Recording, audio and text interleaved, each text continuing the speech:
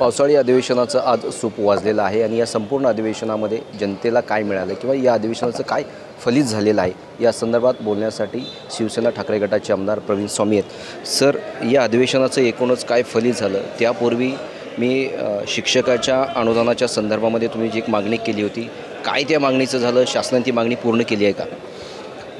नक्कीच शिक्षकांच्या बाबतीमध्ये टप्पा अनुदान जे होतं ते वाढीच्या संदर्भामध्ये एक महत्त्वाचा प्रश्न गेली वर्षभर जवळपास प्रलंबित होता। विधानसभा निवडणुकीच्या अगोदर घाई गर्दीमध्ये ऑक्टोबर 2024मध्ये टप्पा अनुदान घोषित केलेलं होतं, परंतु त्या निर्णयाचं अनुपालन झालेलं नव्हतं। तेव्हापासून आजपर्यंत वेगवेगळ्या आंदोलनाच्या माध्यमातून शिक्षकांनी ते टप्पा अनुदानाचं अनुपालन करण्याची मागणी केली होती। आम्ही देखील एक शिक्षकातून झालेल्या आमदार असल्यामुळं मी त्या शिक्षकाच्या बाजूनं त्या आंदोलनामध्ये सहभागी झालो होतो। वारंवार वेगवेगळ्या आयुधाच्या माध्यमातून राज्य सरकारला विनंती केली होती की आपण ते टप्पा अनुदान वितरित करावं। आज ती वेळ आलेली आहे। आज राज्यातील 6075 शाळांमधून 9631 तुकड्यातील 49,562 शिक्षकांना शासनाने दिलासा दिलेला आहे। 970 कोटी 42 लाख इतकं अनुदान राज्य शासनानं आज घोषित केलेलं आहे आणि त्या निर्णयाची अंमलबजावणी 1 ऑगस्ट 2025 पासून होती आहे। मी तमाम शिक्षक बांधवाच्या वतीनं या ठिकाणी राज्य सरकारनं दिलेल्या अनुदानाबद्दल मनपूर्वक धन्यवाद मानतो।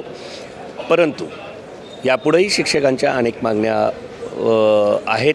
त्यामध्ये राज्यभरामध्ये लाखो खोल्यातून ज्या वर्ग खोल्या नादुरुस्त आहेत, धोकादायक अवस्थेत आहेत, अनेक विद्यार्थी म्हणजे कोट्यावधी विद्यार्थी शिक्षण घेत आहेत, त्या मराठी शाळा आहेत, जिल्हा परिषदांच्या शाळा आहेत, त्यांच्यासाठी एखादं विशेष पॅकेज सरकारनं घोषित करावं आणि त्या शाळा भौतिकदृष्ट्या समृद्ध कराव्या, ही एक मागणी आम्ही वारंवार केलेली आहे। आणि त्याच्यानंतर पवित्र पोर्टलच्या माध्यमातून ज्या हजारो शिक्षकांची भरती झालेली आहे त्या शिक्षकांची मागणी आहे की शिक्षण सेवकाचा कालावधी कमी करण्यात यावा किंवा त्यांचं जे मानधन मिळतं आहे, जे 16, 18, 20 या प्रमाणात मिळतं आहे, ते मानधन 35, 40, 45 या प्रमाणात करावा, ही मागणी आम्ही त्या ठिकाणी केलेली आहे।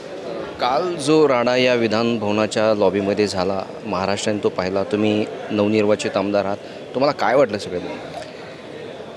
महाराष्ट्र विधानसभेची रचना झाल्यापासून आणि मला जेव्हापासून कळतं आहे तेव्हापासूनची ही कदाचित पहिलीच घटना असेल आणि आम्ही नौके आमदार तर या प्रकारापासून अगदी म्हणजे अचंबित झालेलो आहोत। आश्चर्यकारक असंही इथं होतं का?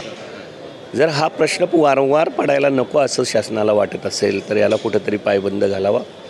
प्रत्येक आमदार, प्रत्येक मंत्री आपापल्या सोबत कार्यकर्ते आणतात, पण ते कार्यकर्ते कोणत्या पद्धतीचे असावेत ते प्रत्येक लोकप्रतिनिधींनी स्वतःहून विचार करावा असं मला वाटतं। अधिवेशनाचं आज सूप वाजलेलं आहे, या अधिवेशनाचं काय फलित आहे असं तुम्हाला वाटतं? पुन्हा काल पण आपण याविषयी चर्चा केलेली होती की बहुतांश लोकांच्या आता एक टप्पा अनुदानचा अंशतः दिलासा, परंतु मुख्यमंत्री युवा प्रशिक्षणार्थी जे आहेत त्यांना 11 महिन्याच्या नेमणुका दिलेल्या आहेत। माझी विनंती शासनाला होती की त्याच्यामधील शैक्षणिक गुणवत्तेनुसार आणि पात्रतेनुसार त्यांचं आता 11 महिन्याचं प्रशिक्षण पूर्ण झालेलं आहे, त्यांना त्यांच्या शिक्षणाच्या शैक्षणिक पात्रतेनुसार नियुक्त्या देण्यात याव्यात। आणि त्याच्यानंतर शेतकऱ्याचा प्रश्न हा प्रलंबितच आहे। इथं सोयाबीनसारखी जे प्रमुख उत्पादन आहे त्याच्या भावांतरवाढीचा प्रश्न तसाच ठेवलेला आहे। शेतकऱ्यांची सरसकट कर्जमाफी हाही प्रश्न तसाच ठेवलेला आहे। विम्याच्या बाबतीमध्ये काही ट्रिगर्स बंद केलेले आहेत, असं तुमचं अगदी मनापासून। हे होते प्रवीण स्वामी, मी गुणवंत दांगड, DRV न्यूज, मुंबई।